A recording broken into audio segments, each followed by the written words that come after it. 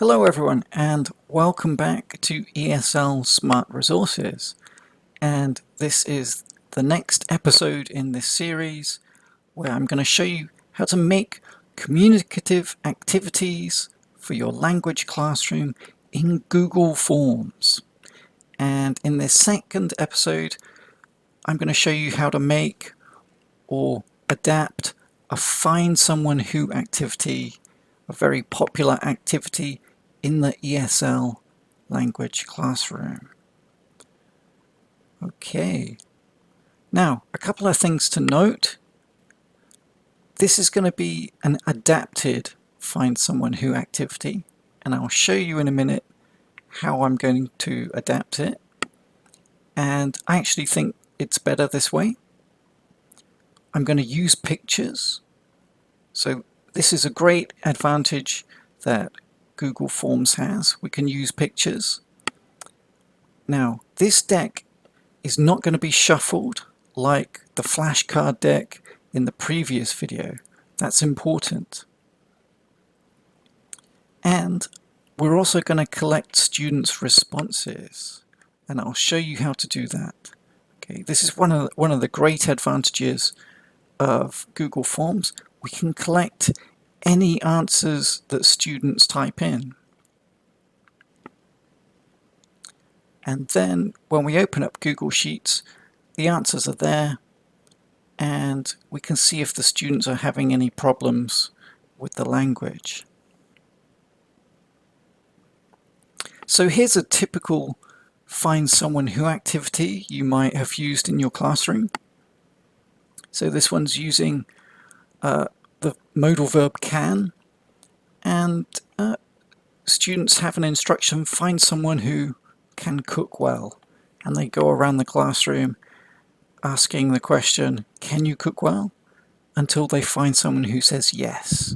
They write their name, and in this activity they're encouraged to ask for more information. Okay, so I like these activities, especially when they ask for more information. But this format doesn't always work well when it's structured like this. It doesn't always work well with very low-level students who struggle with word order. So I like to do this kind of activity, give them a bit of a helping hand. So can you, and then cook well. Okay, so there's a slight difference. So instead of an instruction, find someone who can cook well, and they have to make the question, we're giving them the beginning of the question. But that almost makes it too easy. So what we're going to do is we're going to put a picture here. Okay, so we'll show a picture of someone cooking. So then they can make the question, can you cook? Okay, yes, no. Right, let's get into Google Forms. Okay, so here we are in Google Drive. I'm going to go into my folder and make a new folder. I'm going to call it Can You. Let's go in there and make a new Google form.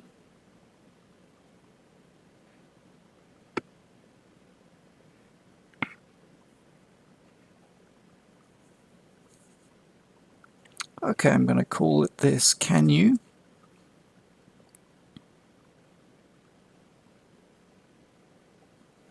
And if I click the title, the same name appears. First question, I want a student's name. And funnily enough, when you type in name, it comes up as a short answer, which is exactly what we want. So that's all very easy for us. I always like the students to tell me which class they're in, so I can use the one form with many different classes. So this needs to be a drop down. I selected drop down, and I'm just going to type in the three classes that I'll be using it with. This also really helps if you want to sort your data in the spreadsheet later on. Okay, so I'm making a new section here, and I'm going to label it Can You? Now, instead of a question, I'm going to add an image. So let's find something suitable. Here we go. Someone cooking.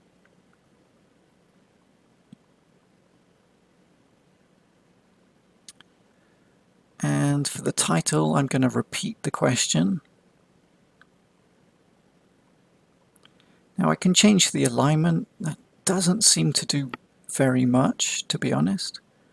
So that's looking fine. We need to add a question now. And we're going to ask for the student's name. So if a student says yes to the question, then they'll ask their name. And then we want more information, so we're going to add another question and prompt them with more information. And let's select short answer once again. Okay, so picture, question, asking for name, short answer, and more information. Now I'm going to duplicate these. The little icon on the bottom is to duplicate them, shuffle them around just to make it a little bit easier. And then we're going to add another picture there. So next picture, a picture of someone driving. So can you drive? Once again, can you? And then below we've got name, short answer, and more information. And I'm going to duplicate those once more, shuffle them, and add a picture. The duplicate button can really save a bit of time, but you really do have to double check what you've done at the end.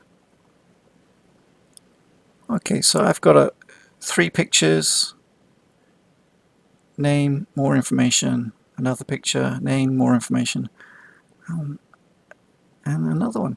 So I'm going to go ahead and prompt them perhaps for some of the more information, so maybe what or how well.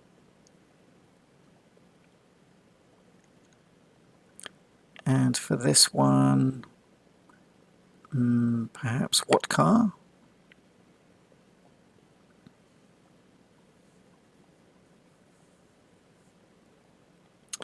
Right, I'm going to skip ahead and do a few more. So here we go, and we have got about seven pictures and sets of questions in total, 6 or 7. Okay, now I want to publish it, so I'm going to go to Send, click on the link icon. I've got a very long URL, so let's shorten it and copy it. Okay, so I can distribute that to my students via various different ways. And let's go and see what they see from their point of view. Okay, so this is the view from the student's phone. And you can see I'm in a different country, so some of the supporting text is in a different language. And right, let's go. So I'm going to input a name. So I'm just going to write student test. And choose a class and click next. Okay, here we go. So can you cook? Yes, yes I can. Okay, great. What's your name?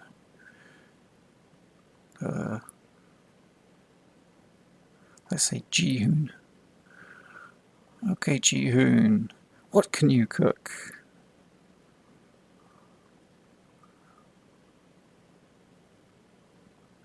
Okay, I can cook fried rice. Okay, great. So he can cook fried rice. Great. Fantastic answer. A+ to my students. Okay, next question. Can you drive? Oh, yes, I can. Okay, great. What's your name? Minji. Okay, there we go. Okay, Minji, what car can you drive?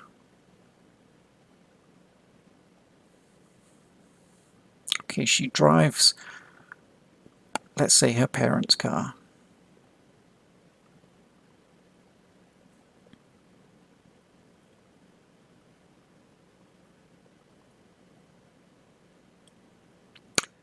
Next question.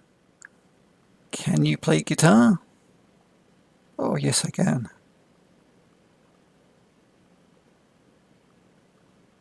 Okay, what's your name? Josh. Great. Okay. Okay, Josh. I don't know. What kind of music do you like to play, or how well can you play? So let's say Josh can play the guitar very well.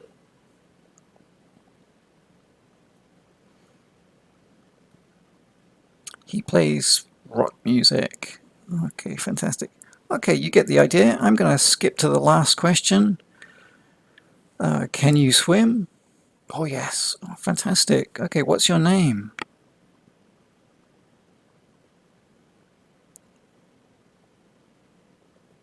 Toby. Okay, Toby. How well can you swim, Toby? How often do you go swimming?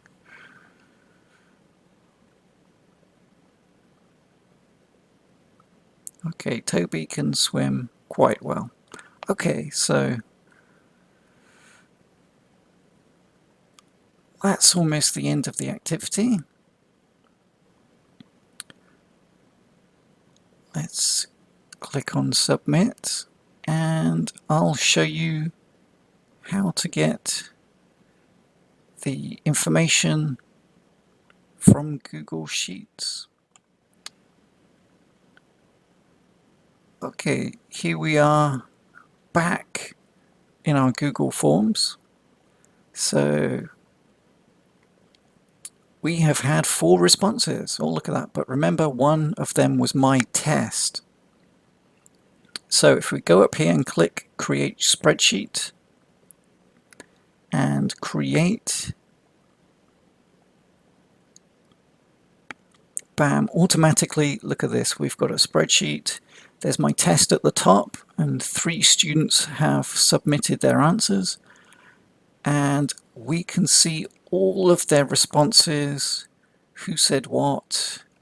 We can see if they've got any problems with the languages.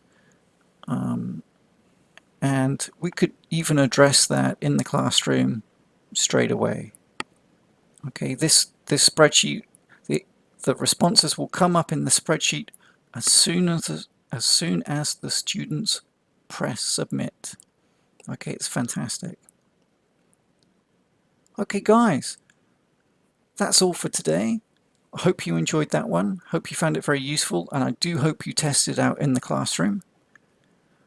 Next time, I'm going to show you how to make a different kind of speaking activity. I've just called it a general mingle speaking activity. Okay, so it's going to be slightly different from this find someone who activity. So to make it different, we're going to use a shuffle deck, much like the flashcard deck I showed you, but we're going to combine that with text input. Okay, so you have to make it quite differently in Google Forms, but I think you might find it very useful, and look forward to seeing you next time. Okay, take care, goodbye.